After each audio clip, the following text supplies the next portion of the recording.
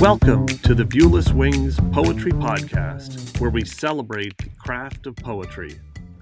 Each week, we feature interviews with incredible poets and artists, including Olivia Gatwood and A.E. Stallings, and original poetry read by the authors. I'm your host, James Moorhead, Poet Laureate of Dublin, California, and author of Canvas and Portraits of Red and Gray. On this episode of the Viewless Wings Poetry Podcast, I continue the journey I took to self-publish my first book, Canvas. In this episode, I discuss the importance of a manuscript and the role of storyboarding your manuscript early in the process.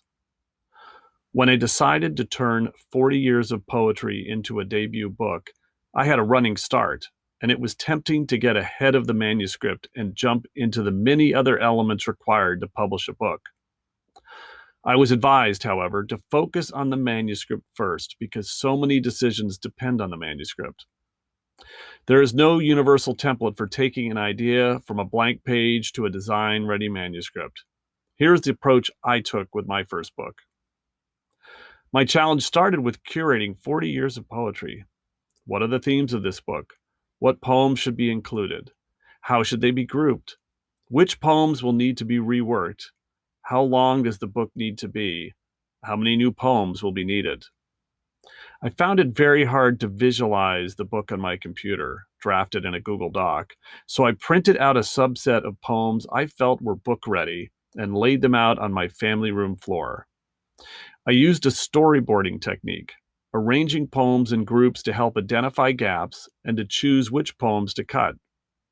I didn't finalize the initial order in one day, but made a lot of progress over the course of a week, giving me multiple opportunities to sleep on it.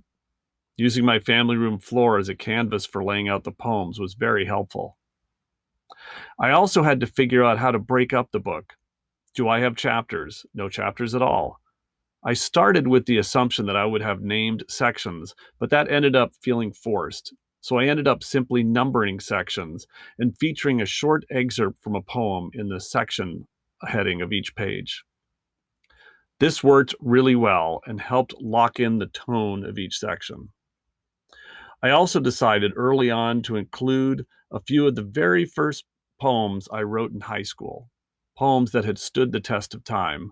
But where should I include these? Right up front, somewhere in the middle? I ended up including these poems as an epilogue, which made it easier to provide context. I've always enjoyed coming up with titles for my poems. For some poets, titles are the biggest challenge. For my debut book, the decision was easy. The poem I am most proud of, Canvas, written at the height of the pandemic, also provided a wonderful name for a book. My poetry is very visual and in many cases autobiographical. Words are my brushstrokes, paper is my canvas. Beyond the text of your book, there are additional details your book designer will ultimately need, so when I had a solid first draft of the manuscript, I worked on those elements, things like an introduction, an about the author paragraph, acknowledgments, the cover and back cover text, and the copyright page. The copyright page will require knowing more about copyrights, ISBNs, LCCNs.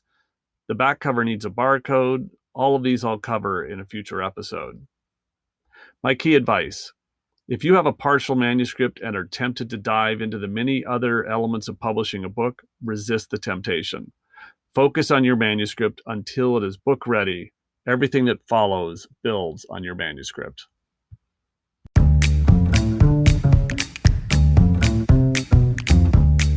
The Viewless Wings Poetry Podcast is written and produced by James Moorhead. You can follow me on Twitter at Dublin Ranch, subscribe to the Viewless Wings Poetry Podcast, and follow us on viewlesswings.com or on Instagram at Viewless Wings.